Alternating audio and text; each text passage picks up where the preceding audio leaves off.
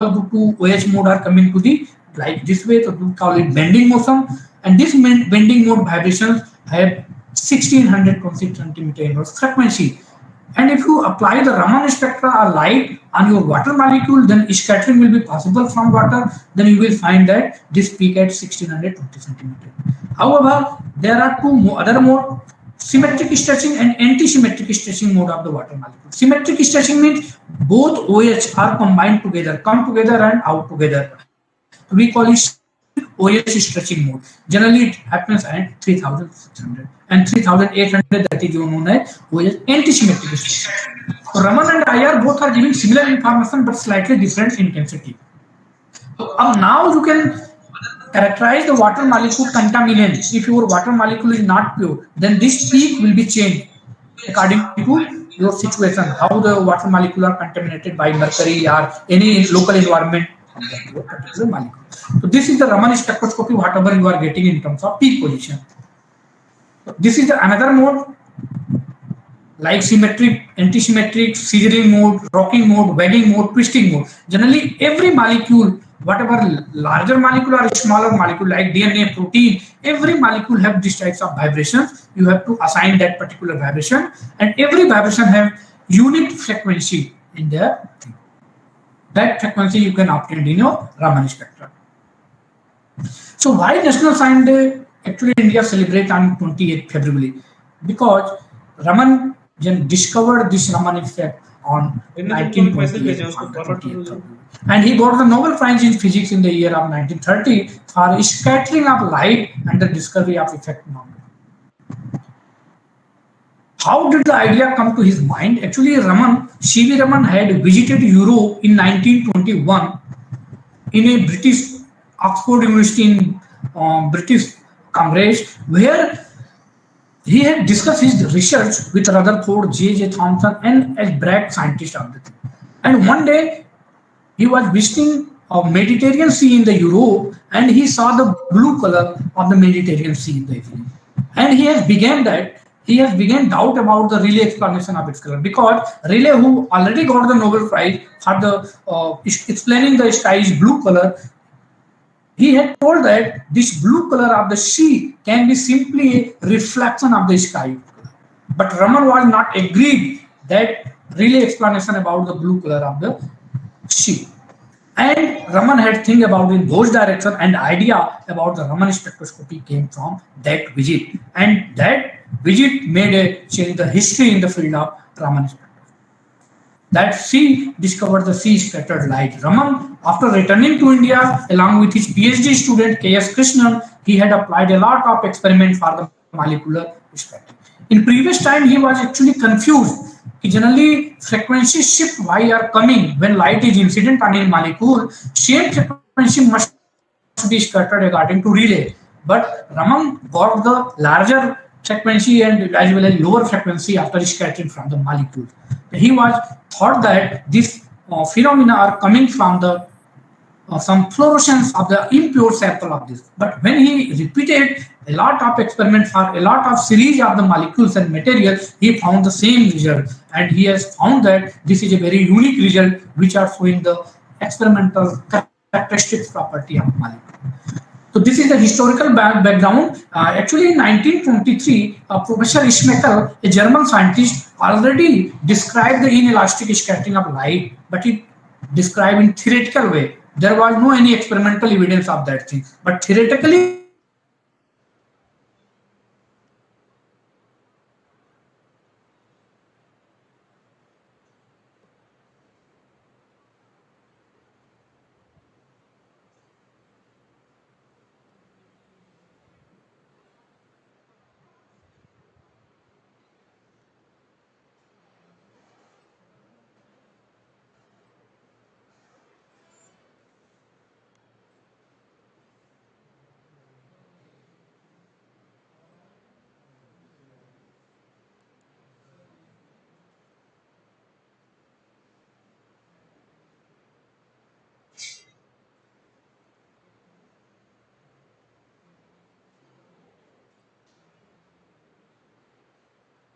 तो आ रहा है क्या? Scattering geometry, you can see this is the 90 scattering geometry of the scatter, but nowadays people are using also 180 scattering geometry for the Raman spectroscopy, and accuracy can be defined by several parameters of the slit opening or the quality of your spectrometer, how the grating will how zooms in the grating in per millimeter are happening there, it can be defined by.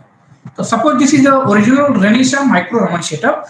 Now you can see this is the 180 scattering geometry, not 90 scattering geometry. So you can see this is the Raman Raman. So you can see that laser light generally comes from upside, from here. Now using some microscope here, various microscope contain various objective like 5 into 20 or 50 into 20. According to your choice, you can select any micro objective, and your sample can be put at here, at the place of the light here, at the glass sample or any specific liquid sample in any quartz tube. Now laser light will come from the upside. Now laser light will be comes from here and scattered back scattering geometry. And now back scattering geometry, inside there will be spectrometer and detector will be large. Light will be detected, and at computer you will getting the Raman signal after scattering from the molecule. Now the important thing is what information you are getting from the Raman spectroscopy. Actually, any spectral feature, Raman and IR generally provide every information on the basis of three different parameters. Three different parameters is, first is peak position or frequency in x-axis data. That is known as frequency or peak position. Y-axis data is Raman intensity, and this is known as full width at half maximum. That is known as line width.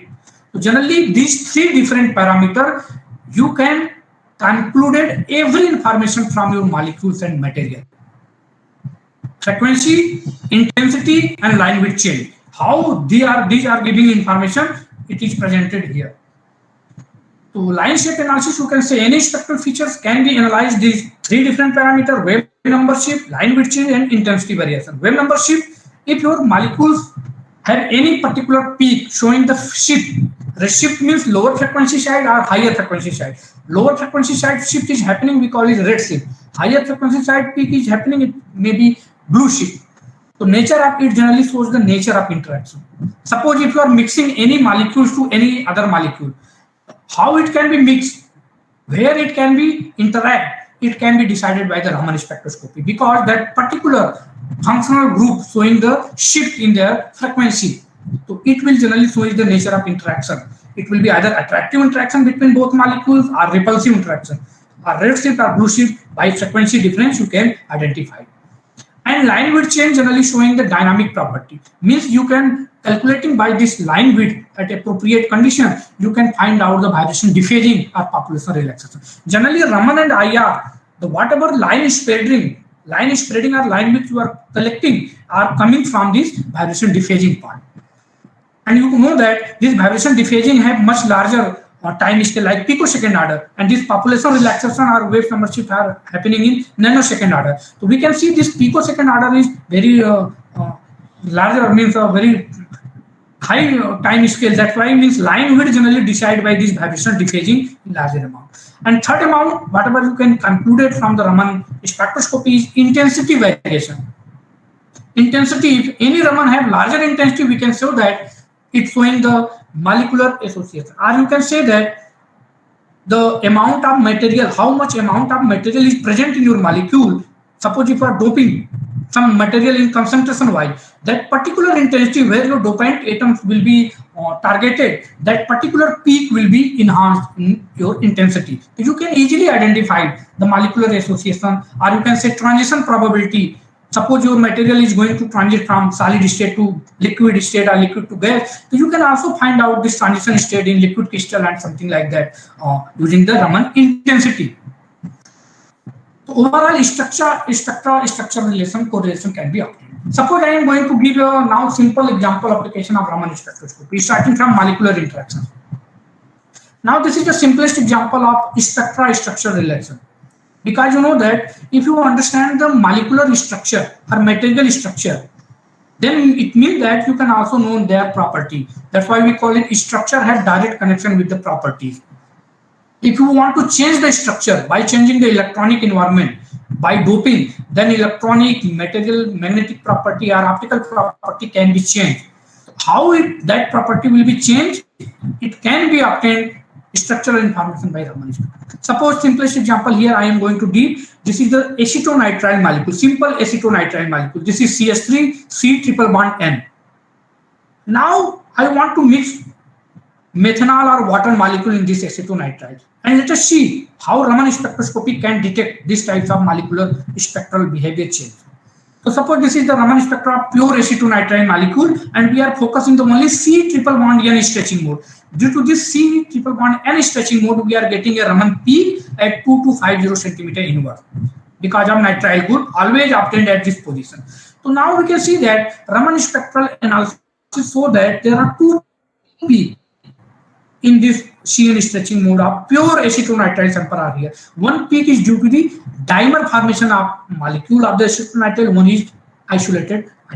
You can see this C triple bond N make a strong hydrogen bond with HC of the same molecule. Hydrogen bond formation with same molecule we call it dimer. So dimer can be found by the Raman spectroscopy. We can easily identify. Now let us see. Now we want to change the environment of the acetonitrile molecule.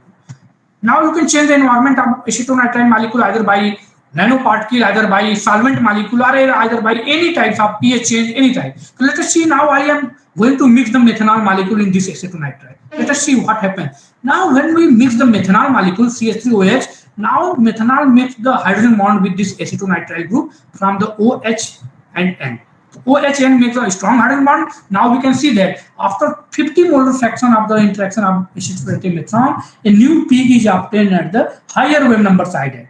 Now if you mix the more methanol molecule, like 90% methanol molecule are mixing in acetonitrile molecule, then we can see that the peak intensity of this new developed peak is goes on increasing. You can see the intensity of this peak was here, but now the intensity of this newly developed peak was increasing. It means that now interacting of the methanol molecule, it made the strong hydrogen bond with acetonitrile. Raman spectral features are changes in corresponding. So now you can compare in neat. There is no any peak in the right hand side, but after interacting with methanol, a new peak was generated due to the hydrogen bond formation. Same way, dimer formation was low. Similar way, now you can obtain similar type of spectral changes of any molecules and material by this way. And you can identify why hydrogen bond is formation as C triple bond N, because at this particular position only you are going to get the spectral features change. Now overall you can say spectra structure correlation can be obtained. Similar way, a simplest example, when during my PhD, I had published this paper in RSC Advanced where I had shown dimethyl sulfoxide, DMSO. Actually, I had proved that DMSO not only in dimer form, in neat form also high dilution, still DMSO plays an important role in time. Because actually I had read an article in Times of India News that DMSO played a magic bullet for the cancer treatment. Means when DMSO was mixed with the antivirus or anti-cancerous drug molecule, then it's more effective than against the cancerous cell.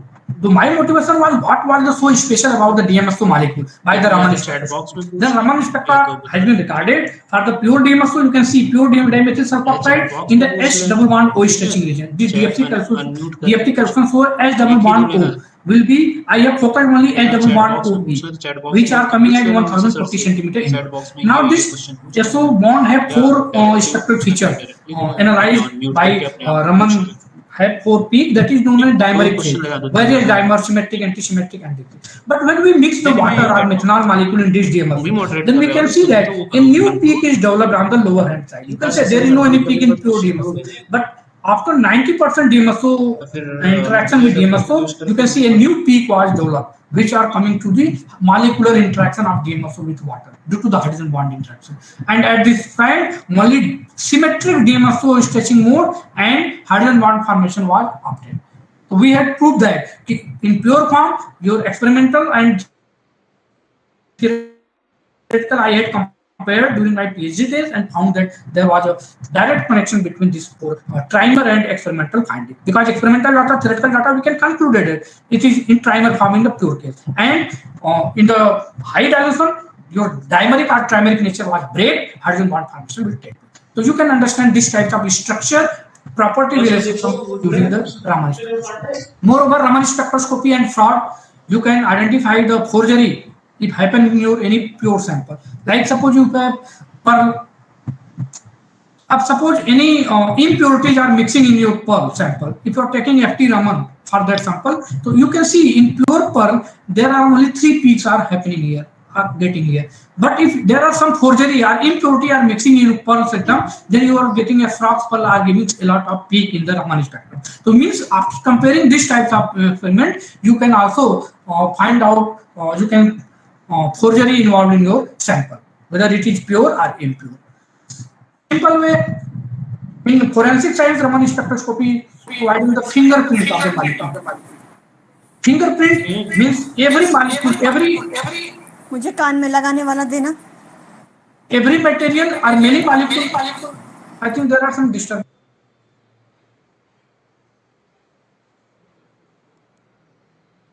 Please continue, sir.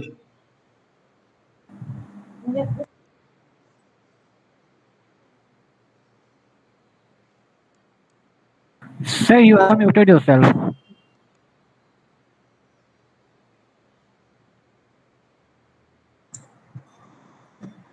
Sir, continue. Okay. So you can see that.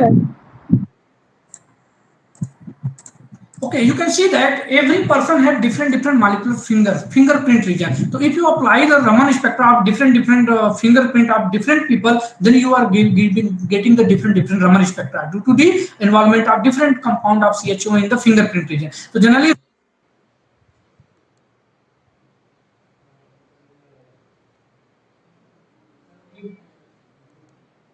Mute हो गया उनका. Sir, you have muted yourself. Your voice is not coming. it is automatic muted. I don't know how. Okay, anyway. Okay, sir. तो यहाँ से तो नहीं हो रहा है. I think someone muting me. I think it's muting from your side. Someone is doing, because I am not mute myself. Sir, now it's clear. Okay. So you can see, so this type of forensic science crime you can solve by the Raman spectroscopy. चलो जाने दो, चलो.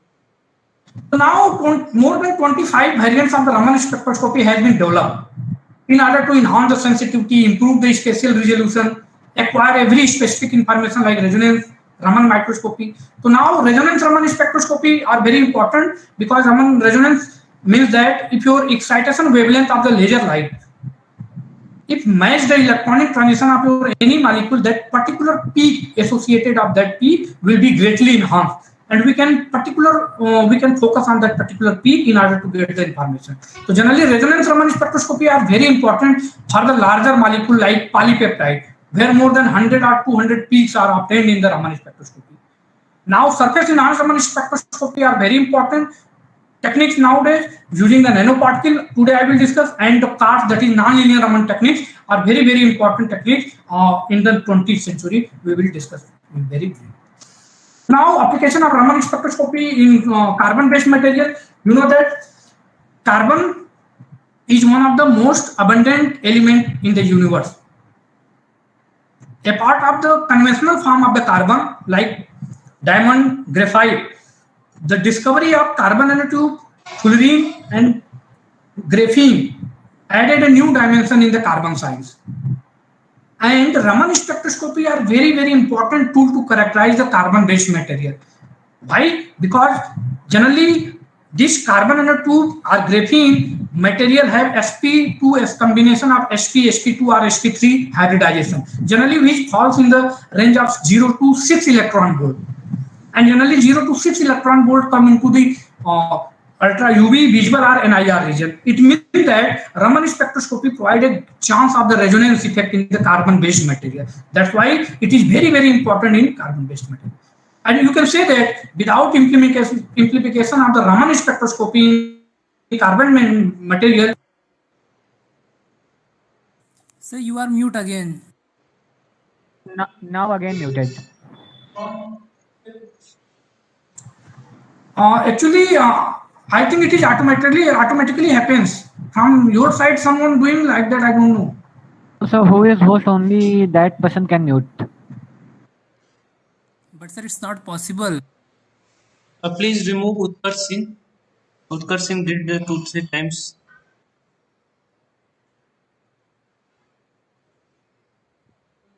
Because someone doing mute me. I don't know. Please continue, sir. Some participant had did. I have removed him. Please continue, sir. Okay. So now you can see the carbon-based material have a very important application in nanoscale extraction, high surface area catalysis support, high thermal conductivity due to this transistor, thin film, energy storage application like fuel cell, capacitor, lithium-ion battery, and nanotechnology, aerospace, defense, biosensor, drug delivery system. Everywhere carbon-based material is important. So I want to describe very fast about the Raman application in carbon-based material. You know that three-dimensional structure of the carbon-based material is graphite or diamond. In graphite, you can see different layer of the carbon-based sample is there. Because in carbon, where only CC stretching mode is present here. Because it's graphene, you can say single layer of graphite is known as graphene. This is a three-dimensional. Now two-dimensional mode is single layer of graphite is known as graphene. And in graphene, what is there? Only CC bond is there. It means CC bond is there. It means Raman spectroscopy will be applicable for the chemical bond vibration. Now, if you hold this graphene in terms of nanotube, we call it carbon nanotube. Means holding of graphene is known as nanotube. Means you can hold this graphene in different shape, like X types of junction, Y types of junction, Z types of junction, according to your requirement in your science. And means you can tune the structural, electronic, and optical property of this graphene by changing the structure by functionalizing quantum dot or something like that. So fullerene like buckyball, C60, C54, I think different types of structure you can see. And Raman spectroscopy, how you can identify the number of layers present in your graphene, and think, let us see, because CC bond will be there and it providing the resonance effect. So you can see Raman spectra of graphene and graphite, how you can differentiate it. If you are taking the Raman spectra of graphite, that is three-dimensional, and graphene as a two-dimensional. Means single layer and this is multi-layer. You can see that in graphene, the peak intensity at this peak are very small. Means graphene generally can be characterized by G band. G and D band, there are two types of band which are obtained in the graphene and things. G band means graphene band, generally in plane vibrations we can say, translation motion of you can say. So G band means graphene band you can say, in plane mode of the this. Generally G band obtained at this amount at 1560 centimeter. And D band, now suppose now you are going to fold this graphene into nanotube. It means that this graphene have sp2 hybridization right now. But now when you provide a deviation or defect in this, It is not visible. Sir, everything is visible. Please pin sir to your main screen. my screen is visible? No, sir. Dinesh ji, my The presentation is not visible. You are visible. Yes, right now the presentation is visible. Sir, there is an option to pin. Kindly pin your presentation so it cannot be removed by anyone. my presentation is visible here? Yes, sir. Kindly press the Yes, pin. sir. Yes, sir. It's visible. Yes, sir. Yes, sir. Okay. So you can see that after folding this graphene, it means you are providing a defect in your sample. If any Sir, it's not defect, your screen. I think someone interfered. Someone else is presenting their screen. Slide is not visible. I think someone interrupted here. I don't know. Again, I am sharing. Stop sharing. Sir, it's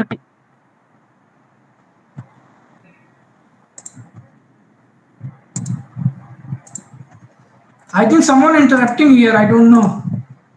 Yes, sir. Your slides are sharing by someone, so that is not visible. Presentation. Right now, this is visible, sir. Right now, visible? Yes. Yes, sir. Okay. So you can see any deviation in this graphene in terms of sp3 hybridization. Then we can easily identify the changes in the graphene in terms of D band. That is known as disorder or defect band can be introduced in your Raman spectrum. You can see there here graphene layer can be defined by like 1 layer, 2 layer, 5 layer, 10 layer and graphite. Or easily identified by the Raman spectroscopy by identification of this peak. Similar way, if any defects or D peak will be introduced, means then D band will be located at 1350 centimeter inwards. That is due to this thing. So suppose Raman spectra of graphene oxide, now we are functionalize the graphene by oxide group. Then it means that we are changing the graphene structure. Means we are introducing a change or defect in your graphene sample. It means that any disorder or D band can be generated in the Raman spectra in terms of D band at 1350 centimeter inward. So D band and G band occurring. You can see monolayer graphene and graphene oxide means in graphene you have just incorporated the oxide. That's why a disorder has been introduced, and in Raman spectroscopy this D band, additional D band will be obtained.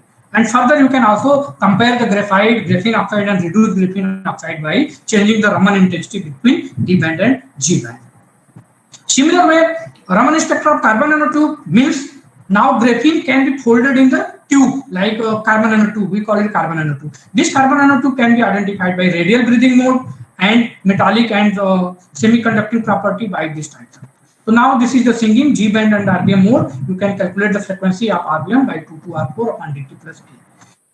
So now one can also identify the electronic structure of single wall carbon nanotube, multi wall carbon nanotube, or different application of your material using the Raman spectroscopy.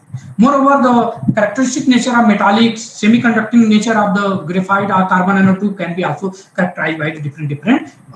And it is proved that multi-wall carbon nanotube showing a strong dispersive nature by Raman spectroscopy. Moreover, graphene quantum dot, you know that very important implication, because changing the size and the structure of graphene quantum dot result in a desired range of the optical and electronic property. Means whatever property you want to tune for a particular application, you can functionalize the graphene by different functional group like carboxylic group, CO2 gas group, and the same time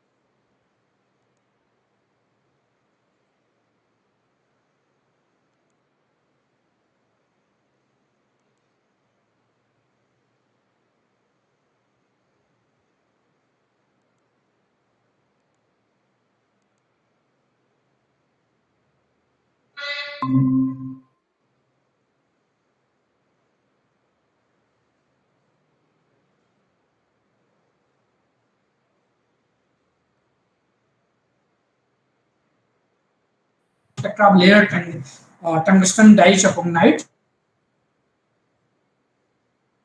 So I think our multi-layer, how much layer are present in your molecules of dichalcognite material can be identified by the Raman. Because if you're taking the Raman spectra for these things, then from 1 layer, 2 layer, 3 layer, or 4 layer, so we can see that the particular integrated intensity ratio for this mode of first peak and second peak are changing. You can see the first peak is that this relative intensity ratio change generally provides the information about the number of layers, and according to requirement you can tune that particular number of layer or your particular desired application. Similar way, same thing whatever I have told you, it is written here. So overall conclusion about the carbon nanotube is that Raman spectroscopy features obtained from presence of functional group, radial breathing mode can be defined in carbon nanotube, number of thickness and layers of carbon nanotube can be defined by Raman spectroscopy, even different zigzag armchair types of structure can be identified. So interaction of interface of the heterotrope structure like MOS2 and graphene are fully understood by the Raman spectra. So now I would like to define the surface enhanced Raman, SERS, which is a very important technique nowadays in the research area. surface enhanced Raman scattering. If you remember, during the first slide, I had told you that Raman is a very weak signal. Only one photon can be scattered from the sample out of 10 million photon. You can say out of 10 million photon, only one photon is scattered. How much it is weak signal. But fortunately, there are some possibilities to increase the Raman signal by introducing the metal nanoparticle in your molecule. Because metal nanoparticle generally provide the plasmonic structure, which plasmonic structure giving the resonance types of structure where Raman signal can be enhanced up to 10 to the power 11 times. And that's why you can detect a single molecule of behavior of any molecule. And if you know that a single molecule behavior of any particular bulk molecule, then you can predict whole the picture of that particular molecule. Similar like in earlier day, only one rice was cooked. On the basis of one rice information, you can predict that all the rice has been cooked. Similar way, if you understand the one molecular behavior using this surface enhanced Raman scattering, you can predict all the picture of the Raman scattering. So surface enhanced Raman scattering, known as SERS, generally it happens in the nanometal colloidal surface. So metal nanocolloid, why it important? Because it's showing the plasmonic structure, collective oscillations of electron at metal providing the plasmonic structure. So you can see Raman signal can be enhanced 10 to the power 11 times. So you can see that it means that Raman signal providing the information of single molecular information. Also, it has some information. Suppose if your molecule showing the quench fluorescence, showing fluorescence, because fluorescence is the enemy of the Raman. If any sample showing the fluorescence, which are covering all the scattering cross section, it means that fluorescence can be also quenched in the surface enhanced Raman scattering. So it means you can also detect biomolecules, any hazardous like mercury, which are very hazardous to our body, like explosive material, TNT, RDF, you can detect by surface enhanced Raman spectroscopy by a small amount. Means you can say picomolar concentration of any particular hazardous material is present in any molecule or liquid phase. You can detect that particular drops of molecule by Raman spectroscopy. How? Let us see by some example. How much time is there? Please let me know before 10 minutes. Okay. May I have 15 minutes more? Yeah, sir. You can conclude in 10 to 15 minutes. Dinesh, may I have 15 minutes more? Yes. Hello. May I have 15 minutes more? Yeah, sir, 10 minutes more. 10 minutes, okay. Okay, so you can see that how the surface enhanced condition are happening. Generally, metal nanoparticle condition, you can find out the surface enhancement. There are two types of surface enhancement. Field enhancement, generally it is dominating over the chemical enhancement. In chemical enhancement, generally metal nanoparticle bind with the charge can be. Now I want to show some application of surface enhancement mechanism. Like see, now the application of surface in detection of explosive in the real system. Now you know that generally terrorists are using this explosive material like TNT, trinitrotoluene, or RDF in attack on the human civilization, and government authorities are seeking some tool which can detect this type of explosive material. That is surface, because it is a non-to you can see TNT and RDF very dangerous and explosive. So now this is the structure of TNT, RDF, and structure. This RDF structure has some molecular vibration. First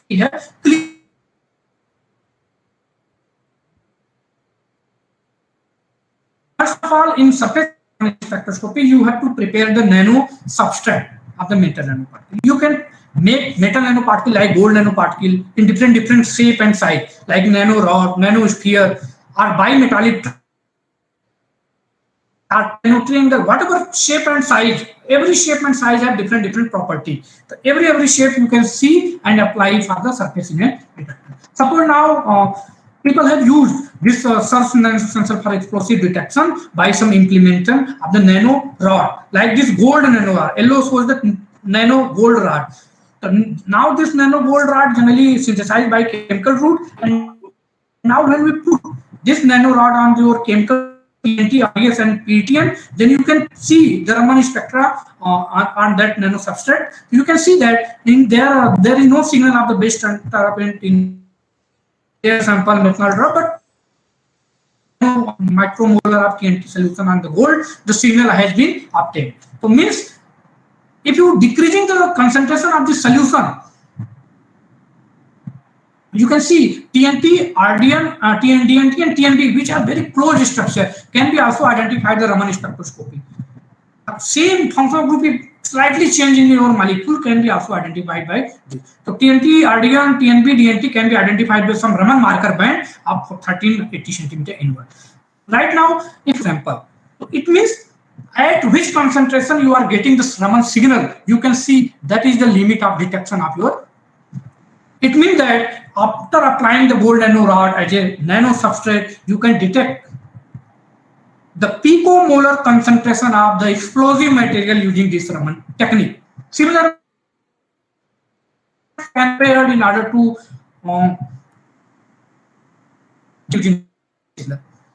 you can see there are some PAPD that is known as P in order to detect the TNT in the place of the gold silver nano particle, and the Raman signal will be greatly enhanced by this. Around in the bottom spectra there is no any peak, but at the higher spectrum you can see 1084 peak was greatly enhanced. So you can see that at this red one showing the 10 TNT of that sample. It means that a small amount means, or you can say picomolar concentration of molecule can be detected using search. If you take any search spectra of this TNT at a small amount, then this three peaks you can detect this explosive material by identified by 108 centimeters. Now such detection of nuclear, you know that in nuclear weapons, nuclear material are very helpful, and nuclear test a lot very dangerous for our health, human health. It can causes the cancer and many things. So means this nuclear types of material can be also identified in a very small amount in the environment using the surface enhanced, using this peel off and paste method. Because again OUO, that is a Raman marker band, will be 870 centimeter inward, and in the presence it can be detectable. You can see how much using chromoscopy of the uranium material or nuclear material. In tap water and solid matrix everywhere matter. Microscopic citrine, a hazardous material. Actually, I had worked this work in South Korea, and this paper was published in Journal of Hazardous Material. Actually, I had a very simple experiment. I had detected this citrine, which are very cancerous hazardous molecules. I had detected this molecule using surface enhanced Raman scattering in a amount of micron level. So this was thing also application in the shell. So I think there are no much time, so I will also skip the slide of the self-healing polymer. Actually, it is a very important how the self-healing polymer are working. Stress-induced generation of microcracks, induction of mobile phase, polymerization, and helix sample. Means if any material can be broken during the important things like aeronautics application or something like that. If any crack, micro crack is generated, simultaneously there will be generation of induction mobile phase, and there are some polymer will play a role which will generally heal this damage by itself. Like here, suppose this 1, 2, 3 things. Suppose a micro crack, this white version has been generated in your any sample or any material. This micro crack is generated. Similar way, there are two balls, green ball and this purple ball. Green ball, that is a softener ball, this hard ball is the purple ball. So this polymer generally, when a micro crack is generated, then simultaneously your purple or green ball will be broken due to the pressure of this crack. So this polymer will be broke, means monomer will release into the crack position, and now this purple will provide as a catalysis which will fill this crack by this thing, and now crack will be healed by that sample sensor. That's why we call it self-healing polymer. In a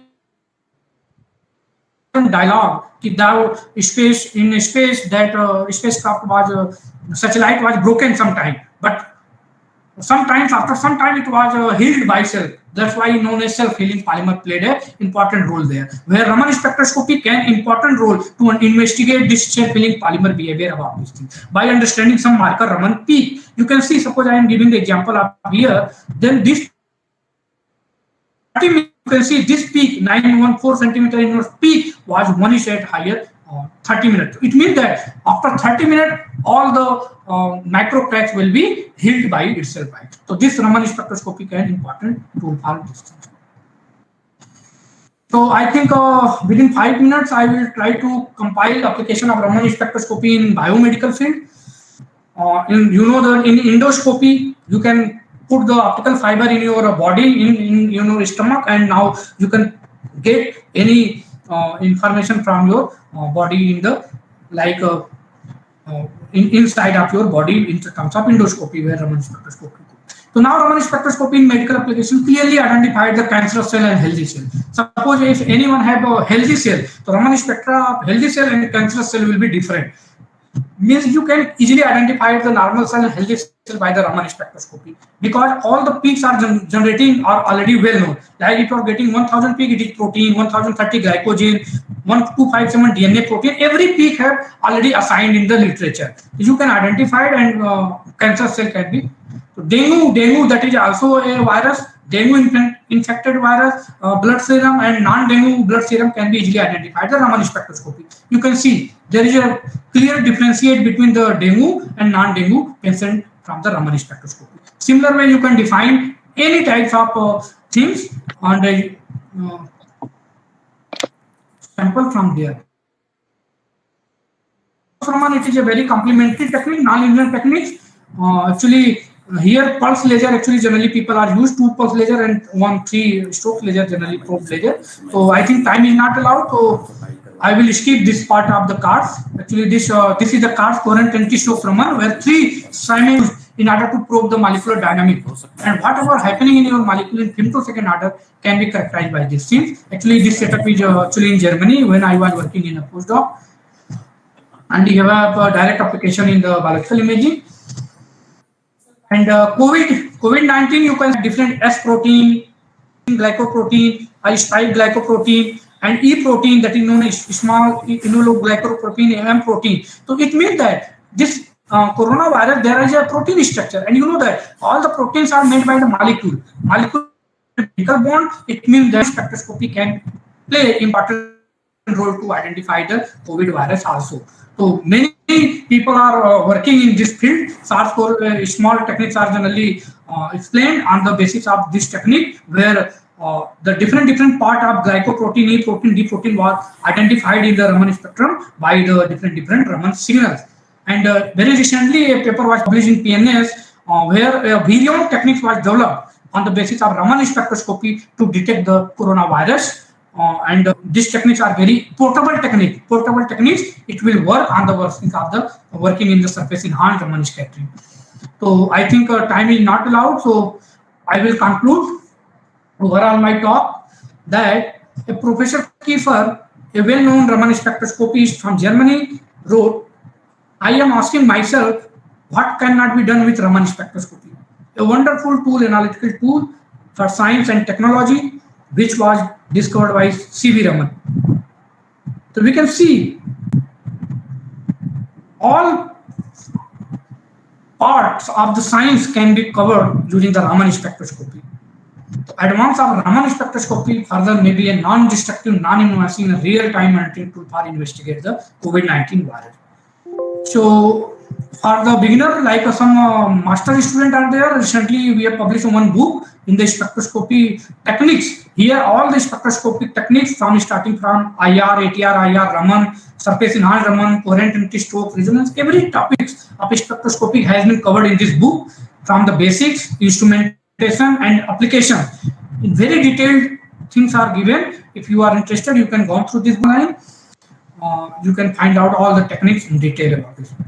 I would like to thank to my acknowledged collaborator and things from Professor Marnuf, Joans, Dunfeg, and other person from Germany, and some foundation are providing the funding to continue my research, like DST, SCR award, DST SERV, and my PhD student at IIT Ram. And this is my residence. And thank you very much.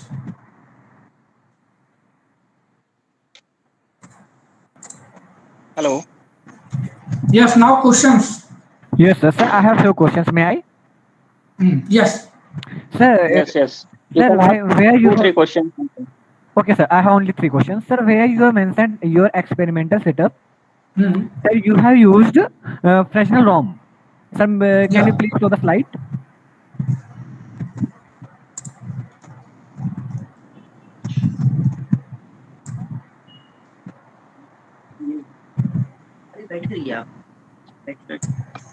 Yes. Sir, why we are using here? It's Fresnel ROM. Sir, what is the use Yeah. of it?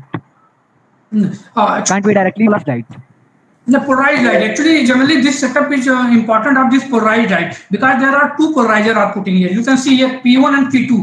Polarized means that actually any molecule during this vibration not only have pure vibration mode, even also it have reorientation motion. So generally, if you want to contain all the information about the molecular vibration, then in intensity you have to perform I parallel minus 4/3 I perpendicular. Means minus 4/3 I perpendicular you have to perform in your y-axis intensity data. That's why you are getting the pure polarized Raman setup. So generally this is known as pure polarized Raman. Pure polarized means that's why you are putting the polarizer 1 and polarizer 2 in order to consider that we have your molecule has been laser light is purely polarized. Okay. Sir, I know that. And after we are using polarizer P1, Yeah. the light gets polarized. Then we are Yeah. using a polarization rotator. Then we are not having the we have, I think, some way we have lost the polarization we have gotten from P1. If you Yeah. rotate the plane of polarization, then why are we are using this PR? This P2. No, the P- PR. PR is not that is a polarization rotator double Fresnel ROM. Actually, double. Actually, in order to ensure that, suppose sometimes after rotating the plane, you are not sure if Fresnel ROM means all the polarization are happening there. In order to ensure 100% ensure our light is purely polarized. That's why this Fresnel ROM are using there. Okay, sir. Another question was in where you have shown the spectra. You have shown that the peaks interaction structure structure dependence of spectra, where you are methanol plus some water, I think, if I'm right. Yes. Yes, sir. Sir, why these two peaks are there and one single peak? Please, I want a brief explanation of it. Yeah, in first peak you are talking about. Yeah. Sir, Yeah, you can see this is the pure acetonitrile. Pure acetonitrile, if you are taking the Raman spectra, then you are finding the Raman x-axis, y-axis data. In x-axis, that is a frequency. So now actually in acetonitrile, you can see CS2 triple bond here. So generally actually in Raman and IR, actually generally people focus on the functional group, polar group. So here you can see C triple bond is the polar group. So that's why we have focused on C triple bond, which frequency always comes in the region of 2250 centimeters. So now when we take the Raman spectra, so now if you analyze, means we decompose this Raman spectral feature, then we have found two peaks. You can see a small asymmetry is observed on the lower wave number side. So generally we can predict why these two peaks are happening. So we can conclude that this small peak is coming due to the dimer formation of acetonitrile. Means अभी हमने acetonitrile में कुछ नहीं मिलाया है. Means acetonitrile में कुछ नहीं, मतलब इसमें dimer होते हैं. Means same molecule make hydrogen bond by hydrogen bond is found between identical molecule. That's why we call it that dimer formation can be easily find by this Raman spectroscopy. You can see. लेकिन इसमें जैसे हमने water मिलाया, अब ये dimer क्या होगा, break होगा, अपना जो उनके अंदर कोऑर्डिनेशन है ब्रेक होगा. That can be seen. This peak is decreased and then new peak is generated. Hydrogen bond with methanol water has been interacted. Sir, one more question, the last. Sir, Yes. Where you have discussed a little bit about CARS cars, you have said that you are using 3 lasers. Sir, as much Yes. I don't have any advanced readings on cars, but a little bit I know that we are using in our course we have read about 2 lasers we are using. Sir, what is the Yeah, difference between yeah, you are right. Absolutely, you are right. Actually, it depends on your choice. Actually, you can see this is the cars arrangement.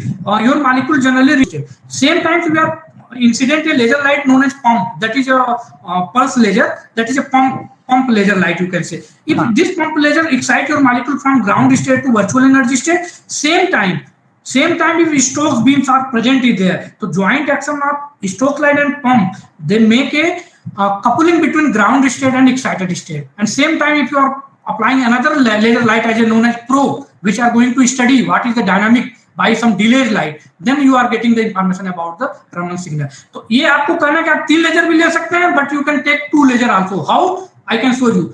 यहाँ पे हम arrangement में दिखाते हैं. Suppose here one laser light, green laser light you are telling here. So now you can separate out this one laser light into 2 parts. उतर के चलो वहाँ. You can separate out this laser light in 2 parts. That will work as a pump and Stokes light. And third light, laser light, whatever you want to probe, you can take. Means with 2 laser light, this experiment can be performed. It is 100% true. But however, involvement of 3 laser can be also have a unique property. Yes sir 2 level से किया जा सकता है. Sir 3 level से क्या changes आएंगे, क्या advancement हो जाएंगे जो 2 लेवल लेजर से नहीं हो सकते हैं, वो सर हम पूछना चाह रहे हैं. Same. There is no any difference between third laser or second laser use. There is no any change. But only you want to change the path length and the path length change in order to get the good quality of signal, Raman signal. Because some path length it is important parameter. And because of this arrangement, you can quench the Raman signal, enhance the Raman intensity, and fluorescence can be also decreased by this setup. Okay, sir. Sir, I have said it because in Demtroder it is said that this is only a 4-wave mixing. 4-wave mixing, yes. This is called 4-wave mixing process. But when we are using 3 lasers, then it will be more than 4-wave mixing process something, or it will be remain 4-wave mixing process, or its name get changed something. Yeah, actually it is already concept of 3-wave mixing, but 4-wave mixing also very implemented in order to have car setup. Actually, phase matching condition must be fulfilled in this car instrument. Phase matching condition in order to full. That's why this 3rd wave and 4-wave mixing have different implications in this setup. Okay, sir. Okay, sir. I'm done. Anyone else? Yeah, question should be there from master student also. I was a master student. Yeah, very good.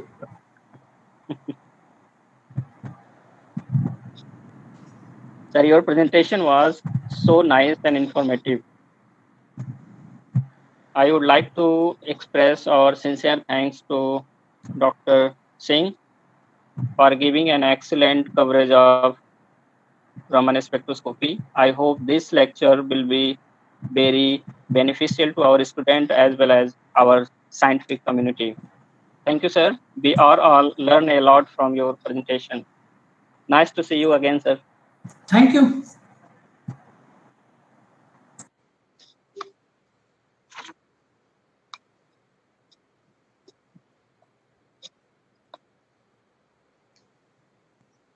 Now I would like to invite Professor Mrityunjay Devpande. Hello. Sir, are you present? Is on the screen. We may see.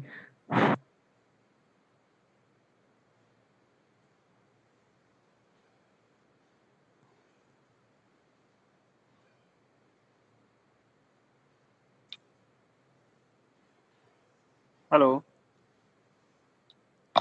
Yes. Yes. Professor Mrityunjay Pandey sir is present. Please Hello. continue. Yes, sir, you are audible. Yes, sir, you are audible. And Professor Mrityunjay is muted, sir. Okay, sir. First of all, I would like to give some a brief introduction about Professor Mrityunjay Devpande. Professor Mrityunjay Devpande obtained his PhD degree in chemistry from University of Allahabad in 2007. Professor Pandey was subsequently joined as SRF at IIT Delhi, project scientist and DST fast young scientist at IIT Kanpur. Professor Pandey was also awarded the prestigious postdoc fellowship at University of Jaume I.D. Castellón, Spain. Thereafter, Dr. Pandey joined as assistant professor at ad hoc post in chemistry department at University of Delhi.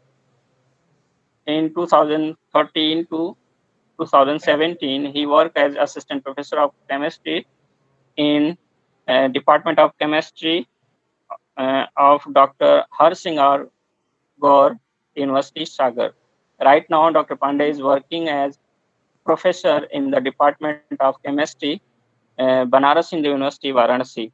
His research group is mainly focused on fluorescent and phosphorescent material for sensing, catalysis, cell imaging, and supramolecular self-assembly. Professor Pandey is a member of IUPAC and Royal Society of Chemistry, and he has published more than 32 papers in high reputed journals like Chemical Review, Dalton Transactions, Royal Society of Chemistry, etc. So I request Dr. Pandey to deliver his lecture.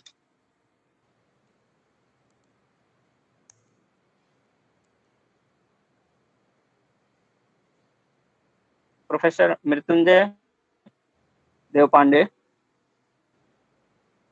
Hello, sir.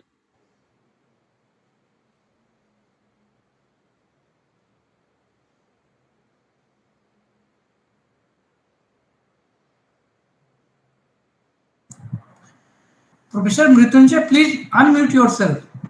Sir, please unmute yourself.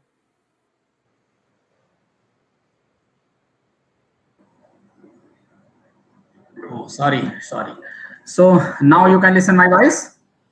Yes, sir, yes. Yeah, thank you for your kind introduction. First of all, I would like to thank the organizing committee, especially to Dr. Nitesh for inviting and giving the opportunity to present some of my work and introductory part. And I am very happy that you organize a very good workshop. And also, I also in the starting time that you are going to organize this type of workshop in the offline. That will be also good that the student has to learn something on the instrument. But right now in this pandemic period, it is very good efforts from you people that you are organizing such a seminar workshop and taking a lot of pain in the welfare of the students, so that students can understand, can learn various kind of techniques, especially in the master's student, that they are using various kind of fluorescence techniques, the spectroscopic techniques. So in that various techniques, I am going to discuss one technique that is the based on the fluorescence, because you have just listened a few minutes ago by the Dheeraj ji, and he given very nice lecture on the Raman spectroscopy. So like the Raman spectroscopy, some other techniques are also there, and in that continuation, this is the fluorescence techniques. So in the very starting, sometime what is the fluorescence? Enter into the term fluorescence, then we have to normally know the NMR, IR, UV, even the mass spectroscopy. These are the very basic spectroscopic techniques. Even it is present in our graduate syllabus. But the Raman fluorescence, they are little uncommon and especially used in the masters and followed by the research students. So in the UV, ultraviolet spectroscopic, that fundamentally we have understand that what happens, suppose you have a compound and you have diluted in any solvent, you just keep that compound inside the cuvette, and then you are giving the UV light. Then what happens? In normal condition, all the molecules are present at the ground state. As soon as you are giving the light, and you are giving the monochromatic light, means increasing the wavelength step by step. So as you are increasing the step by step wavelength, suppose your molecule can maximum absorb light at 500 nanometer. Then what will happen? You have started giving the light from 400 or 200, and now you are increasing 201, 202, 203, 204, 205, 300, 400, 498, 499, now 500. 501, 502, 500. You are just increasing the wavelength and giving the monochromatic light to your molecule. Then what will happen? Your molecule that was present in the ground state, they start to absorb this light and then immediate jump to higher energy level at the excited states, and in the microsecond to nanosecond, after that they are returning to their original ground state and removing and releasing the light, and that you are getting emission lights that you are getting from your spectrum. So you know that your compound can absorb maximum absorption at the 500 nanometer. So it means when you started the light, now slowly molecule started to jump on the excited state, slowly number of molecule increasing at 500 nanometer. Maximum number of molecules are present at the excited state. Then you are still increasing the wavelength, they have start slower number. So on the basis of number of molecule present on the excited state, start from 200 nanometer to 700 nanometer, you are actually plotting a graph. In that graph, maxima indicates that at this wavelength, maximum number of molecules are present at the excited state.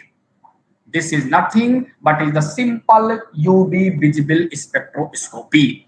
So UV visible spectroscopy actually is a technique that gives you maximum possible information of the molecule or fluorophore that is present in the ground state. Now, sir, slides are not changing. Hello? Slides are not changing. Slides are not changing, sir. It is in first. Slides are not changing because I still did not change the slide. Okay, sir. Thank you so much. As soon as I will change the slide, you will get that. No problem. Because still I did not went on came on the fluorescence. I am on the UV. So now just reverse this UV. What will happen? Take the same molecule in the another fluorimeter, that is the car fluorescence instrument, and first of all you have to give a light of 500 nanometer. Only one light 500 nanometer. Then what will happen? All the molecule or maximum probability of molecules will present at the excited state, and then start the scanning. As soon as you start the increasing the wavelength, slowly that excited molecule will start to return on the ground state. They will start to come on the ground state. And maybe at 600 nanometer, you can see that maximum number of excited molecule are returned on the ground state. And you will get the graph, same graph as the UV. UV indicates that lambda max of UV indicates that this is the wavelength at which maximum probability of finding your molecules or atoms, whatever you are studying fluorophore, is at excited state.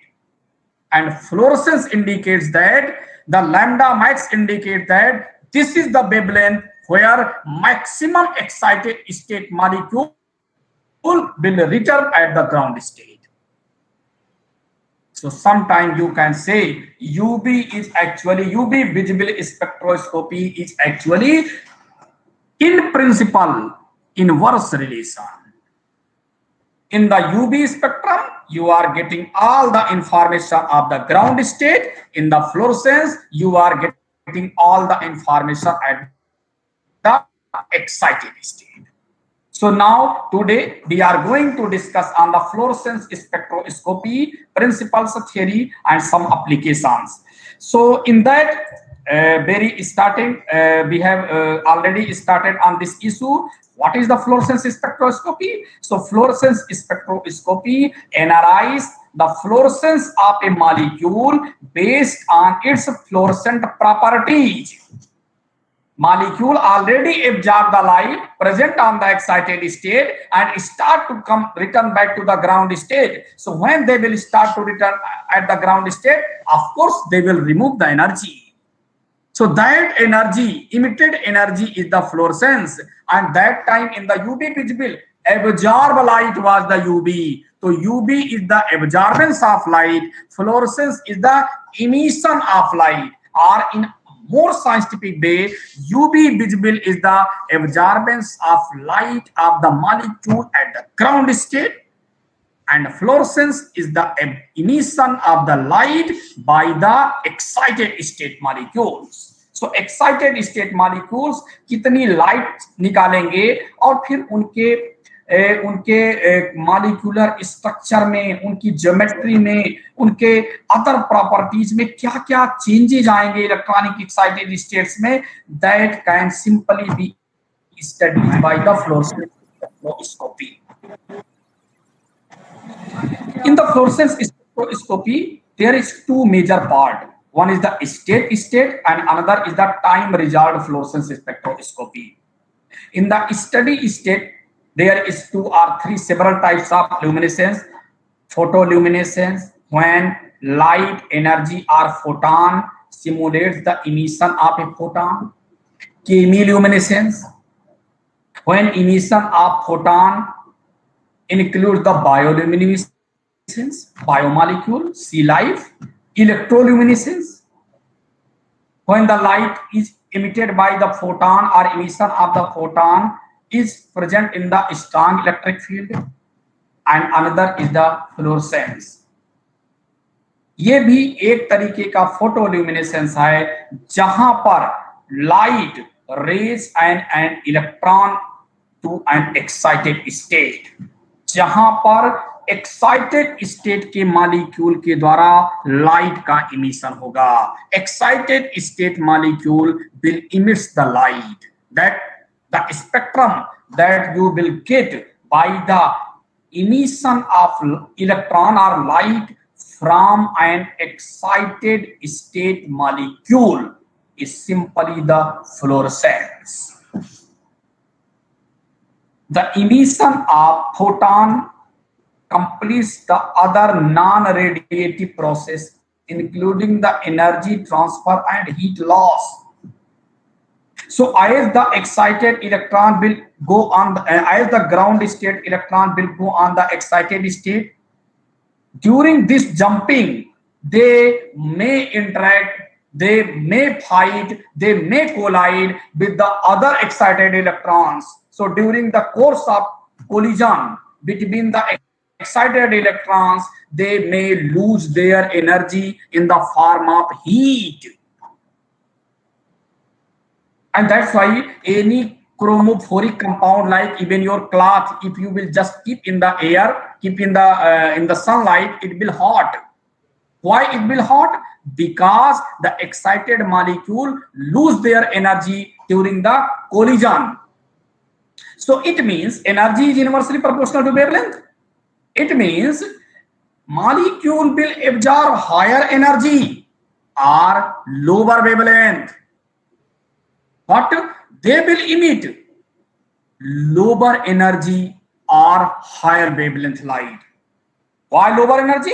Because some of the absorbed radiation lost in the form of heat because of the collision of excited molecule or excited electrons.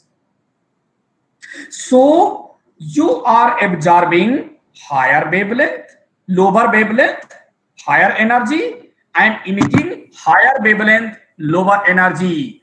So in comparison to absorbed light, the lambda max of reflected light always gets shifted towards higher wavelength.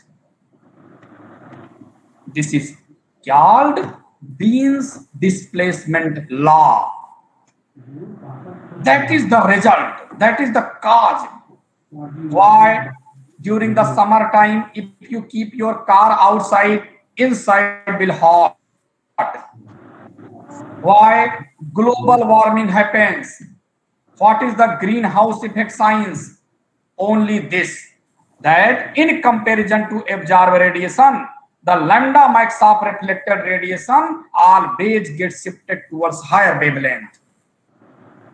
And the loss of energy in between the absorbed and reflected radiation is nothing but is the heat. So we are going to discuss about the fluorescence. It means fluorescence will have always higher wavelength and lower energy. That's why during our course of a just example, we have given 500 nanometer wavelength. That was the lambda max of the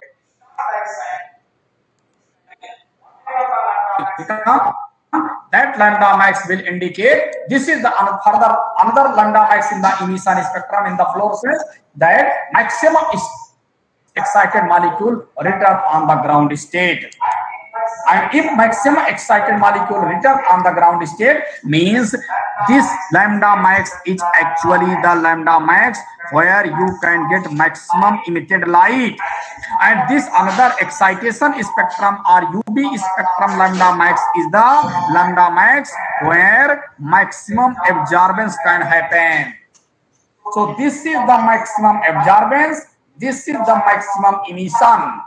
In comparison to absorbed light, reflected light, or in comparison to absorbed light, emitted light, lambda max always gets shifted towards higher wavelength. और इन दोनों के बीच में जितना gap है, जितनी amount की energy का gap है, that energy is actually lost during the course of collision between the excited molecules in the form of heat, not in the form of radiation. अगर ऐसा कोई आप एज्यूम कर सकें, there is no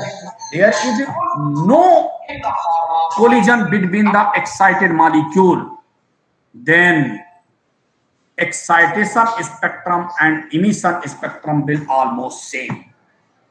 Whatever the light will absorb, immediate light will emit. And practically it is not possible.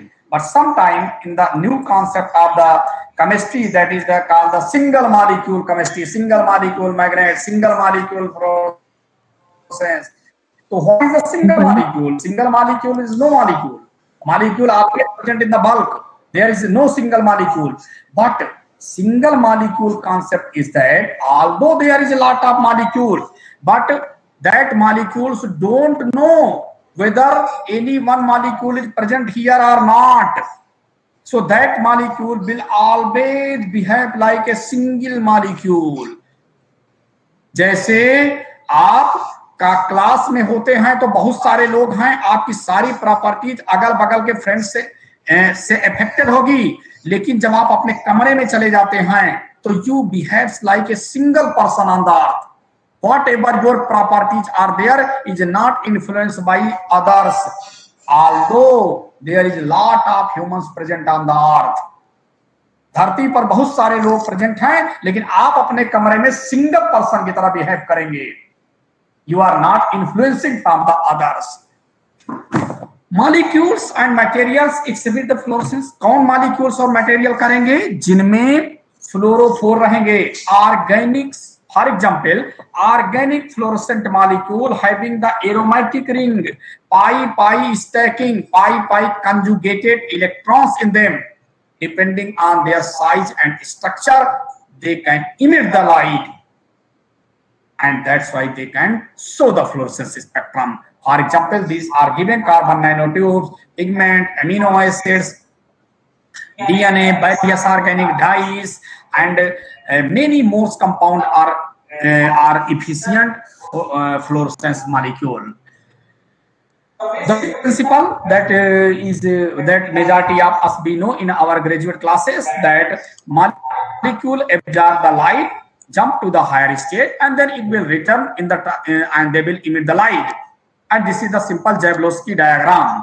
During the course of emitting of the light, if they will just come to the direct excited state to the ground state, then they will give the fluorescence. But sometimes the molecule present, the electron or molecule present in the excited state, they can intercross from singlet to triplet, intersystem crossing, because this is the Laporte allowed. And if they will enter into the triplet state is more stable than singlet state. Its spin multiplicity is higher as per the Hund rule, and that's why it is more stable. So molecule will show more light, more time they can hold their absorb light, and this phenomenon is called actually a type of, in that case they will hold more time light that was absorbed. They will hold more, ज़्यादा समय के लिए hold करेंगे. If you are holding light, or you can absorb light, absorption spectrum, giving the initial light, emitting the radiation. But during this course, if you are present at the excited state or somewhere for many more time, then you can emit light in very good way. And interestingly, if you are coming from triplet to ground state, this transition is forbidden transition, so it will not go immediate, so it will come slowly, and during this course light will take a lot of time to emit, and that's why phosphorescence is nothing but is the delayed fluorescence. And temperature dependent various type of other properties are also present, but in general, first of all, we are using the steady state fluorescence, and sometimes we are using the lifetime TCS/PC. So this is the steady state fluorescence. You are increasing wavelength and you are getting some data, and after putting this data, you are getting this type of graph. This graph is showing that at the lambda max, this is the lambda max where maximum excited molecule. So at this wavelength, maximum emission energy you can get in the form of fluorescence. And if you are plotting, it will show the linear line depending on the ratio of the increasing concentration versus the wavelength. So this is the simple steady state fluorescence. Another thing that is the very common is the temperature dependent. So suppose you got one fluorescence at your room temperature. Now you are decreasing the temperature. If you are decreasing the temperature, what will resultant? Molecules movement will slowly reduces. As the molecule movement will reduce, there is a lesser chance to absorb more light. If molecules are very free, they can absorb light everywhere, they can emit everywhere. But if they are going to close packing, slowly, you are reducing the temperature, then there is a lesser chance to absorb the radiation, lesser chance to emit the radiation, and slowly, that is the reason why fluorescence decreases.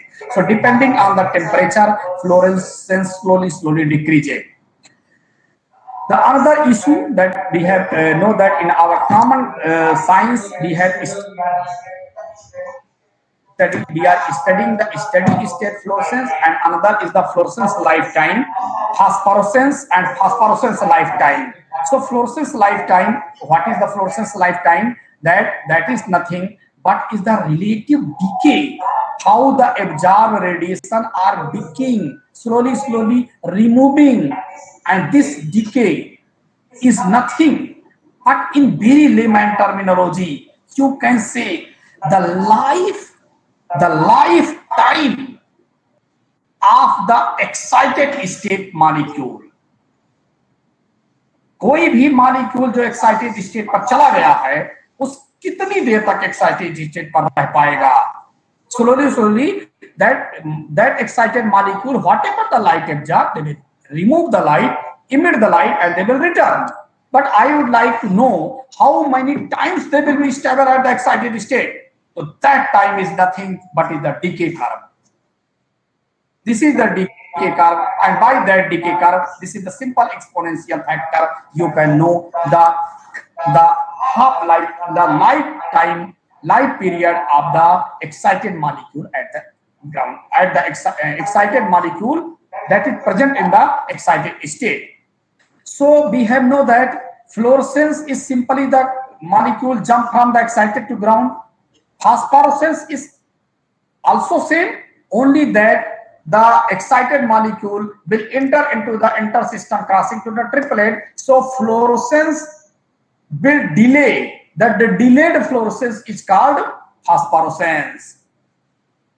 So now question is that lifetime, which molecule, whether the fluorescent or phosphorescent, will stay more time in the excited state? Of course, phosphorescent. Because fluorescent molecule will immediately jump to the ground state and they will take life very low. That is sometime in terms of nanosecond. In the nanoscale, their lifetime will come. But the phosphorescence is the delayed fluorescence. They will stable more time in the excited state. So their lifetime will come sometime in the microsecond. So almost in the very rough way, 10 to the power 3 times difference. So fluorescence 10 to the power 3 means 1000 times. अगर fluorescence molecule 1 second के लिए excited state पर stable है तो फास्फोरेसेंस 1000 second के लिए stable रहेगा. 10 की power 3 times in general difference मिलेगा. One life time will come in the nano second, another life time come in the micro second. So the instrument techniques that utilized for the fluorescence measurement is the TCS-PC, time resolved fluorescence.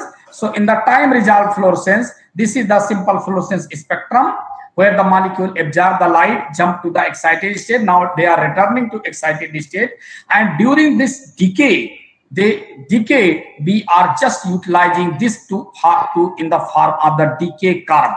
And this decay curve, after the applying the exponential factor, tau is nothing in the fluorescence lifetime. So we can calculate the fluorescence lifetime by the TCS-PC method. And TCS-PC is a simple technique, simple instrumentation part that is attached in the HORIBA instrument or any other instrument that you are using. Sometimes the Barian or Perkin-Elmer, everywhere it is available. So by the TCS-PC, you can get the simple fluorescence measurement. And in this measurement, you are using the some reference in the LED, light emitting diodes. And LED is used for the base which wavelength you are going to check, on which wavelength lifetime. So depending on the various type of wavelength, you need various type of the LED that is used for the lifetime measurement. But in case of phosphorescence, you don't know this type of, you don't need this type of LED, because phosphorescence is already 1000 times more stable than the fluorescent molecule. So for the phosphorescent, you don't need any extra accessories. Like in our instrument that we are using, we don't need any extra accessories. We are just using the phosphorescence and followed by phosphorescence decay, phosphorescence lifetime. But if you would like to know the fluorescence, it is very tough to go to the TCS-PC method because their lifetime is in the nanosecond. So now come to the another. This is the one more point. It is the quantum yield. So quantum yield is there is simple formula.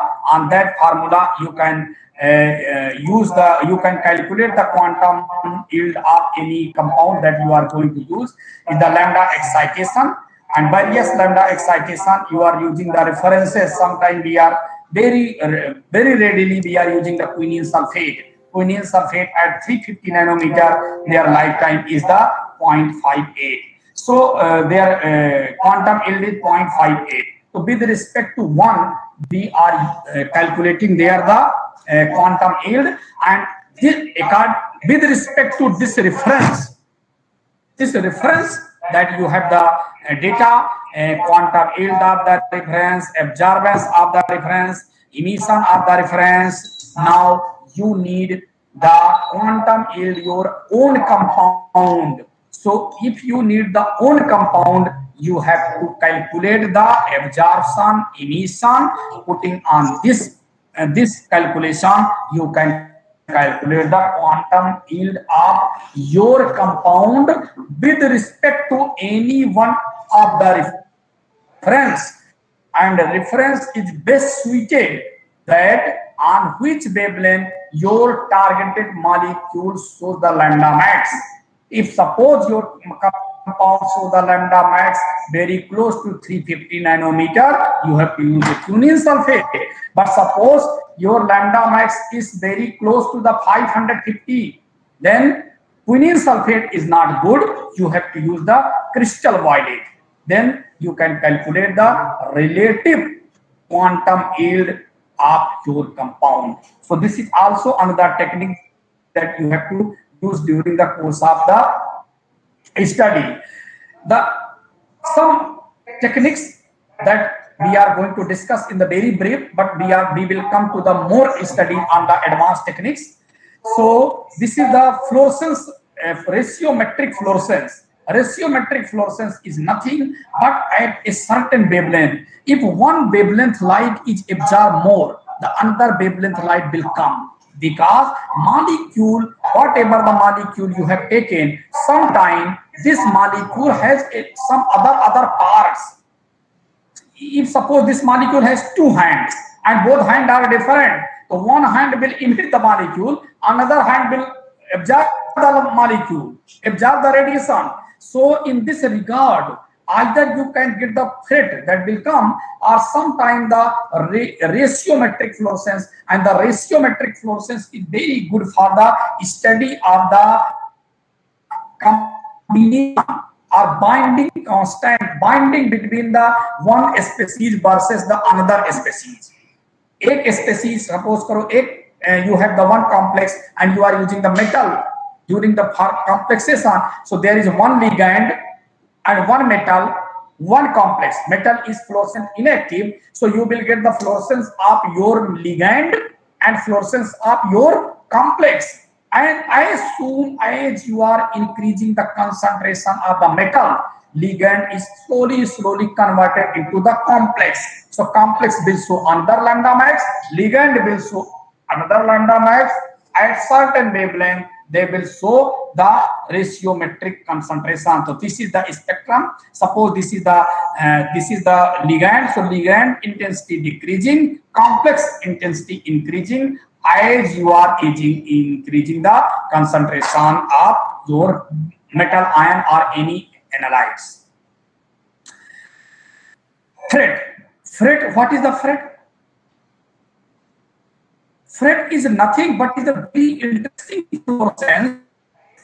And suppose if you have one molecule, in that molecule, one hand absorbs X amount of light and emits the Y amount of light, Y energy light, and the other hand, if absorbing the Y hand light, then what will happen?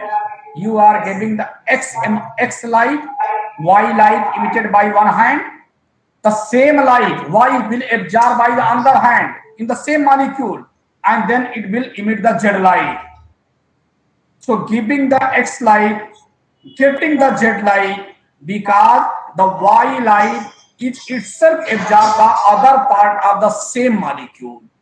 Is nothing is the Foster resonance energy transfer. FRET. This will happen if their absorbance and their emission spectrum falls in very close region. In that condition, your light absorb will automatically go towards the rather than emitting, it will absorb and further emit the another light. So what is fluorescent chemosynthesis? chemosensor is nothing. You have one recognition point in that some attachment with the group, and you are giving the analyte. Analyte is nothing but is the your metal ion, your pH, whatever you are giving. As soon as this analyte will absorb, will bind with the receptor group, immediate this molecule either will show strong fluorescence or will show poor fluorescence, means quenching, or sometimes their lambda max will shift.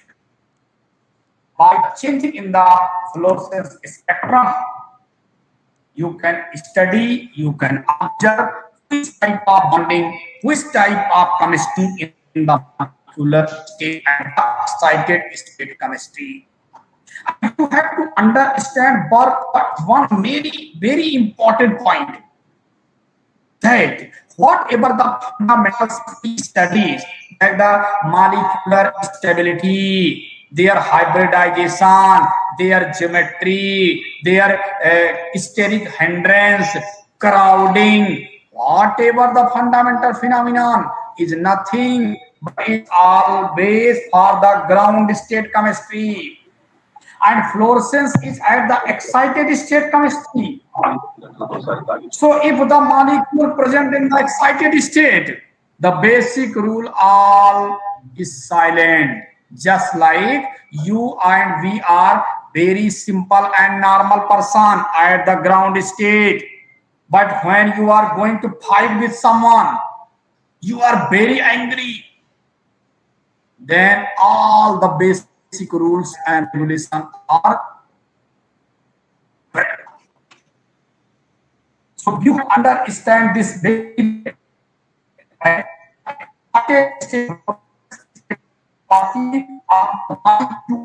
the excited state. If the molecule is at excited state, basic rules are already violated. Fundamentals, rules, regulations are violated. Like we know that in the ground state, two electrons negatively charged, they will repel to each other. So one benzene ring having 6 pi electron cloud, another benzene ring has 6 pi electron cloud, they will repel to each other, steric groundings. But at the excited state, they may approach to each other. वो एक दूसरे के नजदीक भी आ सकते हैं. सारे fundamental rules खत्म हो गए नैनो सेकंड टाइम के. इस वक्त आप सबसे ज्यादा गुस्सा होंगे, एंग्री होंगे, उस वक्त सारे रूल्स खत्म हो जाएंगे. So we are just trying to understand the basic of the fluorescence by the adding of the analytes. Whatever the changes will come in the fluorescence spectrum, that will indicate which type of properties are running. And according to that, if you are able to make any molecular sensor, means the molecule, this is the molecule having the fluorophore unit, receptor unit, and you are very calculating, designing, and giving one analyte. As soon as this analyte will bind with the receptor unit, the fluorophore unit may increase the fluorescence, may decrease the fluorescence, may change the fluorescence wavelength. If they are increasing, this is called the fluorescence. In general, fluorescence enhancement. If they are quenching, fluorescence quenching spectrum. So all these type of terms are used for the study of the various kind of fluorophoric properties with your analytes. So these are the chemosensors. That chemosensor means the chemical molecules, and chemical molecules are using the various analytes and giving the fluorophore, either the binding or after the binding they are breaking or sometimes removing the fluorophore. So they have the various kind of recognition and translation units. Fluorescence signaling may occur in the form of turn on or turn off fluorescence, red shift or blue shift fluorescence, ratiometric changes, and chemodosimetric changes. So these changes are actually is nothing but is the fluorescence sensing mechanism. Hello. You have told something? No, sir. Please continue. Okay. So this is a simple molecule. That molecule will see either the fluorescence emission, internal conversion, intramolecular charge transfer, conformational changes, electron transfer, proton transfer, energy transfer, excimer formation, exciplex formation, any kind of activities that will show by this molecule at the excited state, and whatever the property will come is only for the nanosecond. That is the lifetime of the species. So suppose you have the one benzene, you have given the light, benzene lifetime will come in the nanosecond. So for the nanosecond, maybe the 1 nanosecond means 10 की power minus 9 second. Normally तो benzene molecule 24 our आपके lab में रखा हुआ है, लेकिन जब आपने इसको एक्साइट किया तो वो बेंजीन मॉलिक्यूल 10 की पावर माइनस 9 सेकंड के लिए अपनी डिफरेंट प्रॉपर्टीज को शो करेगा। और वो यही होगा एक्सीप्लेक्स, मतलब complex eight the excited state. Excited state में जो ग्राउंड स्टेट में ये कॉम्प्लेक्स नहीं बनाता था, 10 की पावर माइनस 9 सेकंड के लिए कोई कॉम्प्लेक्स बना सकता है। Excimer means dimer eight the excited state. Benzene, दो बेंजीन है किसी कंपाउंड में, दोनों दूर दूर रहेंगी, स्टेरिक क्राउडिंग होगा, दोनों इलेक्ट्रॉन क्लाउड्स रिपेल करेंगे, बट 10 की पावर माइनस 9 सेकंड के लिए जब एक्साइटेड हो जाएंगे तो ये नजदीक भी आ सकते हैं। इनकी कोई भी प्रॉपर्टी बदल सकती है। इसीलिए अच्छे खासे जो धार्मिक लोग होते हैं वो सलाह देते गुस्सा नहीं करना चाहिए। क्यों नहीं करना चाहिए? क्योंकि समाज के जितने भी रूल्स बने हुए हैं, whatever the rules and regulation, constitution of India, constitution of our society, culture, heritage, society, whatever the present in our environment is for the ground state only. If you cross the ground state, it will come for very small fraction of second. Your all the property will gone, and all the rules and regulation will not followed on you. And when as soon as you will return on the ground state, you may feel whatever you did was wrong, because at excited state your nervous system will immediate stop to work. आपके हाथ पर कोई हाथ रखता है, touch करता है, आपकी बॉडी में एक सिग्नल जाता है, आपके ब्रेन को इन्फॉर्म करता है, तब आपको पता चलता है किसी ने आपके हाथ को टच कर लिया। आपने कोई चीज देखा, आपके आंख ने देखा, रेटिना पर गया, रेटिना ने ब्रेन को सिग्नल दिया, और ब्रेन को सिग्नल दिया तो ब्रेन ने बताया कि वहां पर कुछ चीज है। लेकिन if you are at the excited state for the nanosecond, 1 nanosecond, 2 nanosecond, 10 की power minus 9 second, all the information, आपकी सारी जितनी भी ज्ञानेंद्रियां हैं, they will stop to work. Like हम नॉर्मली हमारी बॉडी में जो सिग्नल्स जाते हैं, these signals are running in the millisecond, milli voltage. But suppose if one going to touch the 220 volt current, 1000 volt current, electricity, so body तो 9 volt के लिए बनी हुई है, आपने दे दिया 220 वोल्ट, तो बॉडी स्टॉप टू वर्क, कोई सिग्नल नहीं मिलेगा।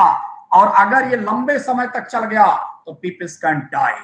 अगर ये जो एक्साइटेड स्टेट है, if you continue this, no one can survive on this. So if you are at the very excited state, angry condition, it should come immediate to the ground state. If you continue this, then no one can survive. Your brain, your heart, everything will stop to work. So majority of heart attack is nothing but the excited state condition. So that is all the properties that you are going to get is nothing but is the excited state property. So in the excited state, whatever the signals will come, according to that we have various type of signaling mechanism like photoelectron transfer. In the excited state, one electron will transfer to the another position. Suppose you have one fluorophore, behind the fluorophore one nitrogen is present. Nitrogen has the lone pair electron. Lone pair electron has the property, ये jump करता रहता है, N to Z transition करता रहता है. Excited state में they stop to jump. As soon as they stop to jump, immediately their property will change. Fluorophore property will change for the nanosecond property. Charge transfer, intersystem crossing, metal to ligand charge transfer, ligand to metal charge transfer. This charge transfer is at the ground state. As the excited state will come, this charge transfer will change immediately. And whatever the changing property you will get from the fluorescence spectrum, you have to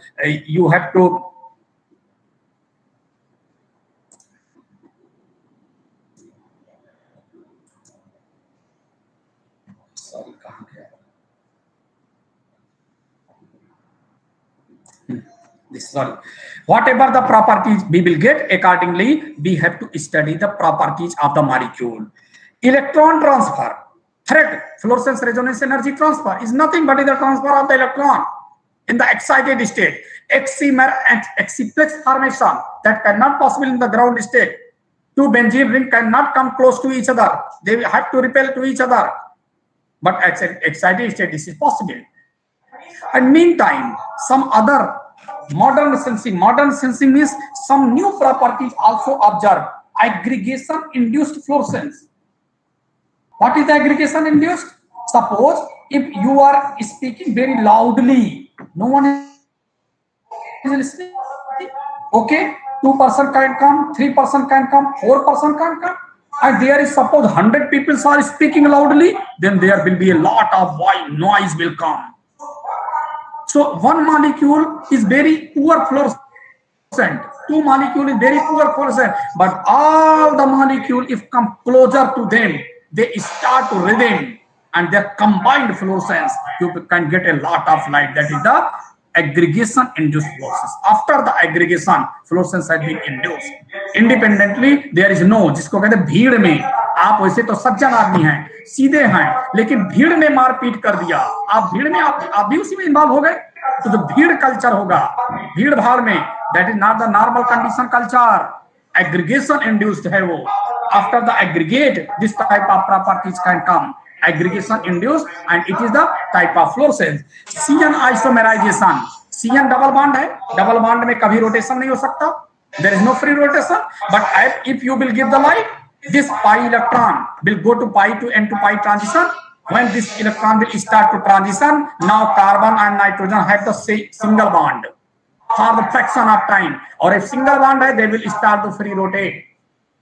So whatever the light you have given, that light is used by the isomerization, single bond rotation. Normal condition it is not possible, but excited state, double bond can also rotate. How double bond can rotate? Double bond can rotate because the one bond is sigma bond, another bond is pi bond.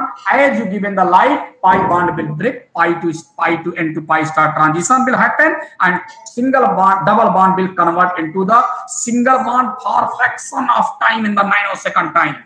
In the nanosecond time, single bond is there, so free rotation is possible. So this phenomenon is called CN isomerization. Excited state electron is excited state proton transfer. In the normal condition, one proton cannot go to another stage. Like suppose you have one nitrogen and one oxygen, and we know that oxygen has more electronegativity than nitrogen, so proton will come towards the more electronegative atom. But at the excited state, maybe proton can go to the nitrogen. A molecule having the one fluorine and one nitrogen, fluorine has very high electronegativity, proton should come and attach the fluorine in the normal room temperature. At the excited state, maybe fluorine hydrogen bond will break and it can jump to the nitrogen and hydrogen bond can get for the fraction of time, very small time ke liye. So these are the various fluorescence properties, and by this way I would like to thanks all of you for your kind attention. to understand this, and you are feel free to ask any question. Thank you.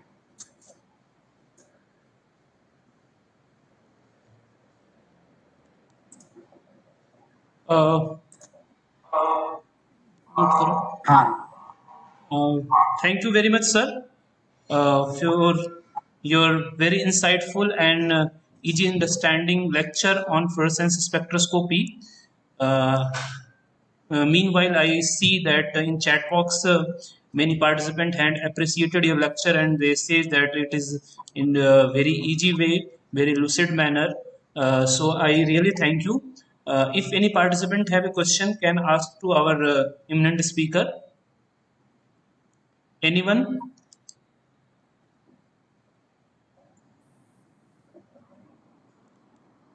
If anyone have a question, can directly unmute yourself and ask directly.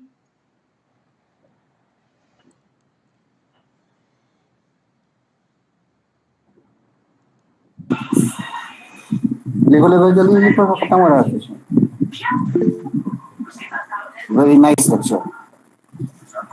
राशि doctor बोलो क्या लिखना है? Doctor MD राशि इसको आता जा रहा है भैया। अरे तुम्हारा नाम ऑलरेडी आ जाएगा भाई। अरे नहीं आएगा। अरे तुम्हारे नाम ना आएगा तब क्या करेंगे? म्यूट करिए doctor college.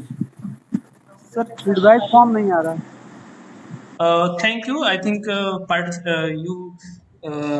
your lecture was so easy that participant did not have any question, any doubt about the lecture, and they will definitely benefited from your lecture in future and will be motivated in this direction for further study and research. I really thank you, sir, from Department of Chemistry on the behalf of my personal behalf. To join us and deliver the lecture to our student participant who participated in this workshop in this pandemic time when the people are not physically meeting with each other. Then in that time, this online workshop will really helpful for the student who are remotely situated. Thank you very much, sir. I would, as we are moving towards the closing of session 2, I also thank to Dr. Dheeraj Singh from IIT RAM Ahmedabad for his his informative and insightful lecture on Raman spectroscopy. Definitely, Raman spectroscopy is a positive note for Indian community and Indian researcher, and student need to be understand Raman spectroscopy and have to do some research and their practical application for further. Thank you all the participants to bear the glitches in internet due to connectivity. Maybe in some part there is a weather problem, so due to that the connectivity was weak. But the lecture was smooth. The both lecture gone very smoothly.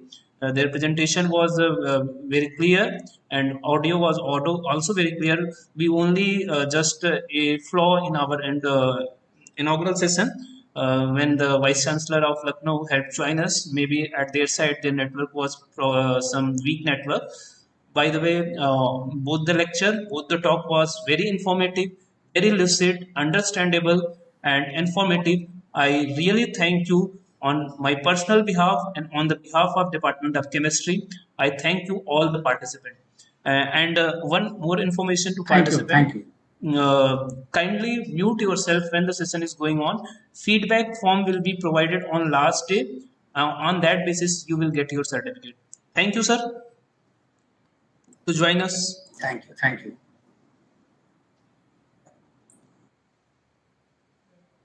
आवाज आ रही थी मेरी ना? देखो मेरा video नहीं आ रहा था, ऐसे ही वीडियो उनका भी नहीं आ रहा था, बीच में कटा था, मेरा भी वीडियो नहीं आ रहा था ना, जबकि यहाँ से वीडियो हमने ऑन किया था.